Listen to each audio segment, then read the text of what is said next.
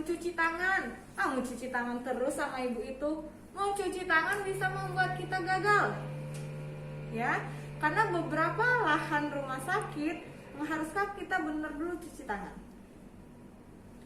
Udah kata pun kita, menurut kita, kalau ada satu hal yang tidak tepat itu bisa gagal. Ya, masuk ke tahap kerja. Setelah kita mempertahankan prinsip bersih, mendekatkan alat ke tempat pasien, kita mencuci tangan terlebih dahulu. Mencuci tangan dengan 6 langkah. Jangan mencuci tangan harus pula ke kamar mandi dulu, tidak. Setiap rumah sakit, setiap bednya sudah pasti ada, dan kita pun sudah wajib membawa. Ya. Setelah mencuci tangan, ya, ada yang bacakan ibu SOP. Kita mengatur posisi pasien. Nah, disinilah kita mulai berkomunikasi. Jangan mengatur posisi pasien, kita bekerja aja sesuai kita. Kita giniin lah sendiri. Apa itu sendiri? Harus komunikasi. Pak, Bu, permisi, kita akan mulai tahap kerjanya. Kita akan mulai tahap pemasangannya. Bapak kita atur dulu ya posisinya. Jangan kita pula yang sibuk-sibuk sendiri, bisa kena kita undang-undang pelecehan. Pernah dengar kasus perawat? Pernah, sampai perawat itu dipenjara, perawat itu dipecat. Nah, ya, harus ada komunikasi. Nah, kita di sini akan mengatur pasien. Kalau ada keluarganya, maaf Bapak Ibu, bisa dibantu saya untuk mengatur posisi pasien. Posisinya seperti apa? Jangan bilang kita atur posisinya high collar ya Bu, tapi ya high collar tahu pasiennya? Enggak, kita bilang lah, Bu, kita atur posisinya duduk pasiennya ya Bu, gitu ya. Nah, kalau pasiennya stroke kan nggak bisa ngapa-ngapain, penurunan kesadaran nggak bisa ngapa-ngapain. Walaupun di situ high collar, tapi yang perlu high itu kepala. Karena kalau seperti ini akan tertahan lah di sini. Nampak ya Ibu? Enggak? Nampak Bu. Nah, kalau seperti ini akan tertahan di tenggorokannya. Makanya ini di high collar. High collar itu berarti setengah duduk. Setengah duduk berarti posisikanlah pasiennya seperti ini. Kita minta bantu keluarga pasien atau kita minta bantu pasien. Nah, bantalnya yang kita atur. Nah, kalau seandainya udah kita atur, mundur ke belakang sedikit ya Pak, kalau pasiennya paham. Ya. Nah, udah high collar. Nah, apa lagi? Menentukan kode yang akan Nah, digunakan. Pak, kita mau memasukkannya di hidung atau di mulut, kita tanya dulu. Jangan kita ajak. Kemudian sebelum menentukan itu, Pak, nanti kan kita akan memasukkan selangnya itu melalui hidung atau mulut Bapak. Ketika saya memasukkan, Bapak tidak usah berteriak.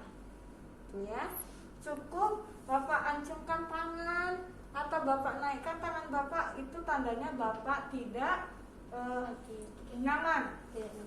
Ya, jadi Bapak tidak perlu teriak, Bapak tidak perlu spontan menarik selang, cukup naikkan cukup Bapak naikkan tangan, itu sudah memberikan kode kepada kami, gitu ya. Kemudian Bersihkan daerah hidung. Nah, membersihkan daerah hidung itu menggunakan tisu terlebih dahulu. Sebelum dibersihkan, ini kan tisu. Kita suruhlah kita tutup salah satu. Maaf ya Pak, kita mau ngecek lubang hidung mana yang akan kita masukkan selang. Sebelumnya maaf, saya akan menutup salah satu lubang hidung Bapak untuk mengecek hidung mana yang salurannya bagus. Barulah kita tutup satu. Nah, kemudian tutup satu lagi. Mana yang kira-kira hembusannya itu kuat. Ya. Nah, setelah itu baru kita bersihkan, dan setiap kita akan menyentuh pasien kita harus komunikasi. Paham sampai di sini? Paham yang di Zoom? Nah, kita cek salah satu, kita bersihkan lubang hidungnya. Nggak harus pula ambil tusuk ini tusuk telinga untuk membersihkan hidung ya. Kita cukup lihat saja. Nah, setelah itu letakkanlah di bengkok. Semua sampah letaknya di bengkok. Bengkok ini bolehlah taruhnya di sini, karena kan akan mendekatkan kita dan mempermudah. Setelah itu, Memasang handuk pada lidah ular. handuk ini tujuannya kan kita nanti akan bermain dengan air. Ya, kalau seandainya nggak kita pasang handuk, takutnya bapaknya muntah bagaimana? Ya, jadi kita pasanglah handuk. Nah, setelah handuk terpasang, Meletakkan tisu wajah. mendekatkan tisu wajah, kita dekatkan terus. Bengkok dan air minum dengan sedotan. Nah, sedotannya nggak ada, nggak apa-apa. Ini kalau kita taruh di sini beresiko, ya. Biasanya kan di sini, di samping pasien itu kan ada meja. Taruh aja di situ, ya. Terus, Meminta klien untuk rileks dan bernapas secara nah, normal. Pak, saat saya memasukkan selang, Bapak tetap bernafas seperti yang biasa. Bapak tidak usah panik, ya.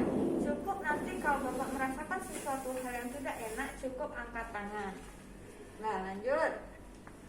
Kemudian ulangi prosedur untuk lubang hidung yang lain. Nah, tadi kan udah dua. Terus, Pilih salah satu dengan aliran udara paling ya besar. sudah Ibu jelaskan. Menyiapkan plaster kurang lebih 10 cm Nah, dan gunting. kenapa plester duluan disiapkan? Kenapa kita Ya, udah menggunakan handstand? kita siapkan plester dulu. Kenapa? Kalau udah selesai nih, plesternya belum ada. Ini pasien bisa aja nanti narik secara spontan. Kita pakai handscoon susah, ya. Jadi sudah kita siapkan plester ukurannya kira-kira, jangan mubazir, jangan pelit, ya. Kita letakkan aja nih di sini. Nah, kita gunting.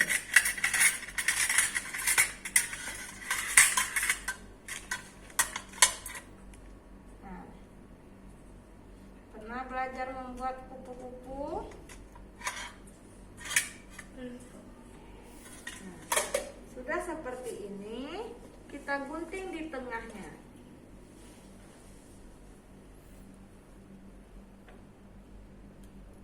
Tidak usah sampai putus.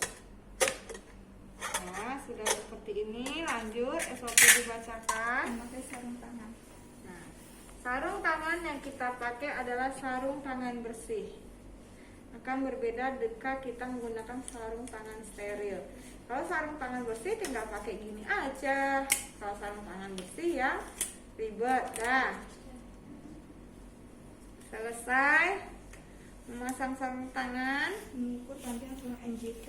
Selang NGT ini kan steril, ya. Kalau kita lepaskan seperti ini tidak boleh menyentuh kemanapun.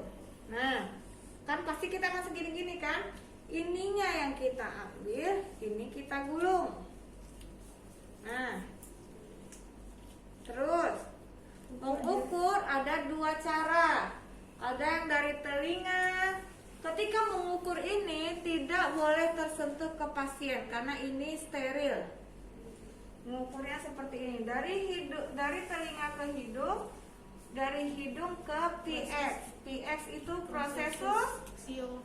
Nah, dari sini dia akan sama.